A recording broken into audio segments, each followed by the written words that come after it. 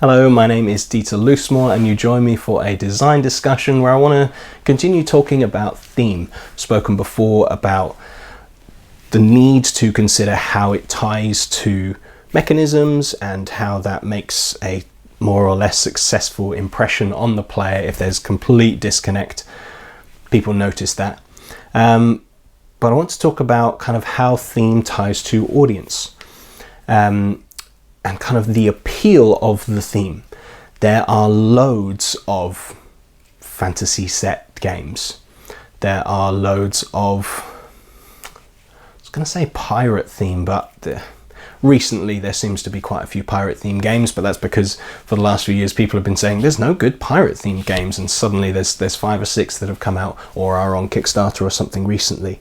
And so there seems to be a semi-reactionary setup within the board game industry on what's on trend. So people make games that are like that, but then every so often you get games that come out of nowhere that present a theme. I mentioned Wingspan last time. Everybody heard about it and went, birds, who cares? And then this whole ornithological kind of crowd went, we care about birds. And we go, oh, okay, you can't be a very big group. And then the game comes out and the gameplay is solid and everyone goes, I do care about birds.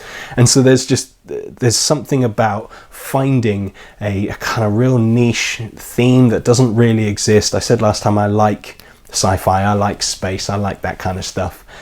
But there's a lot of them. There's a wide range of games that exist in that kind of world, and some work better than others, some are more thematic than others. But every so often you'll get something that is on another planet and is something suddenly more specific.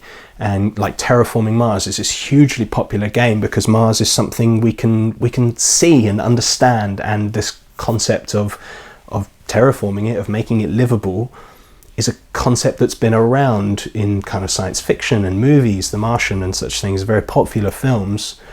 And suddenly we get to do that. And so I think it's vitally important when deciding on a theme, either as a starting point or as trying to marry it to your mechanisms, is based on how important it is, which is what we spoke about last time.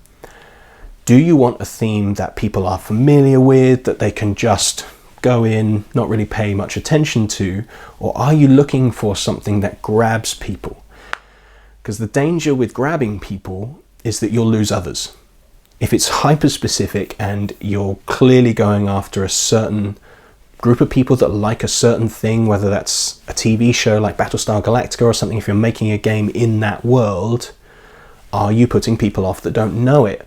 I prefer the Thunderbirds game here to Pandemic, because for me that has nostalgia. It's the same designer, it's a very similar system, but I love that show from being a kid, and so there's that added emotional connection to me, but it's not as popular.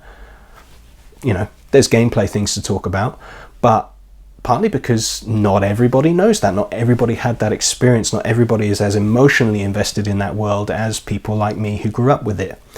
And so these more interesting, unique themes are more of a risk.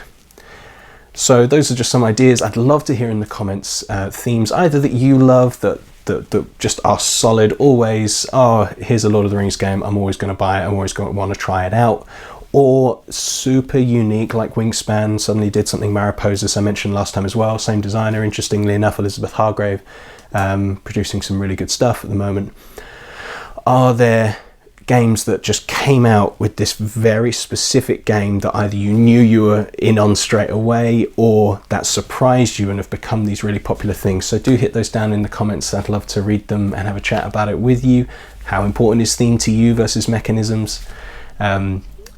Yeah, I'd love to hear back from you, and if you want to stay updated with the other videos that are coming out, do subscribe to this channel if you haven't already, and hit the bell icon so you stay updated when we put out new stuff, and follow me on social media. Just search Win Some Loosemore on the usual platforms. You'll find me, you'll get to see some of the things that I'm playing and doing and seeing some of these themes in action. Thank you very much for watching. That's all from me. Thank you very much for watching. I've been Dieter for Win Some Loosemore. Goodbye.